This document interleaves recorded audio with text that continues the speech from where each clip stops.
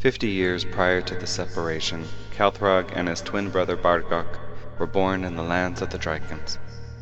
As they grew, Calthrog grew close to the breed of drakes known as Iron Drakes, as his brother was more fond of the Fire Drakes. Both brothers knew that they wanted to fight for their king Lorkoth, and quickly climbed the ranks. When it came time to choose his new general, Lorkoth couldn't decide between the two, so he named them both generals of the Dragonkin army.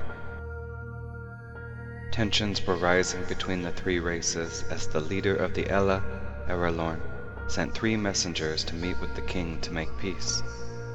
Upon meeting with the king, Lorkoth could no longer remain peaceful, as he killed 2 of the messengers and sent the 3rd back to Erelorn to deliver his message of war. The surviving messenger traveled back to the great forest to warn the shaman of Lorkoth's betrayal. Enraged, Erelorn and the leaders of the Cain united forces and marched on the Dragonkin and his generals.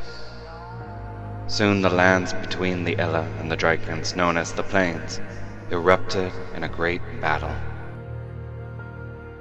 Although Calthrog did not agree with marching to war, his brother and he fought against the Ella and the Cain with all their strength.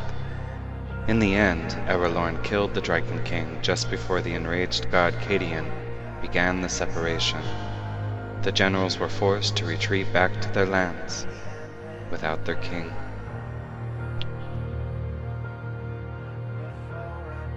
Shortly after the separation, the generals were met by the lord of the underworld himself, Alvain.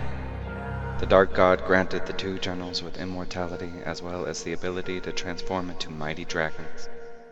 The general Calthrog would be known as the Black Dragon, and his brother Bargok would be known as the Red Dragon. Together, they would help mend the wounds of their defeated people. The young jailer Magdarin grew jealous of the generals, for only the jailers were dragons before them. Magdarin deceived a band of Lorkoth loyalists to attack the generals by disguising himself as the leader of the jailers, Valerian. The generals quickly defeated the loyalists and demanded to know who was behind the attack. The loyalist leader told him that it was the White Dragon. The generals confronted Valerian, but didn't believe him when he said he had nothing to do with the attack. Valerian knew it was Magdarin, but chose to exile himself instead.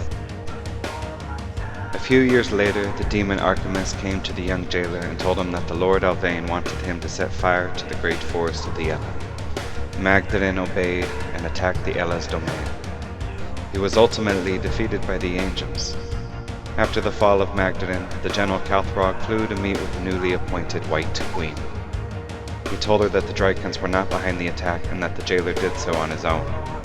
The White Queen did not believe the general and knocked him back with her staff before she flew away. A defeated Calthrog flew back to his homeland, where he and his brother began their slow preparations to one day seek vengeance on the free races of the world, beginning with the Cain.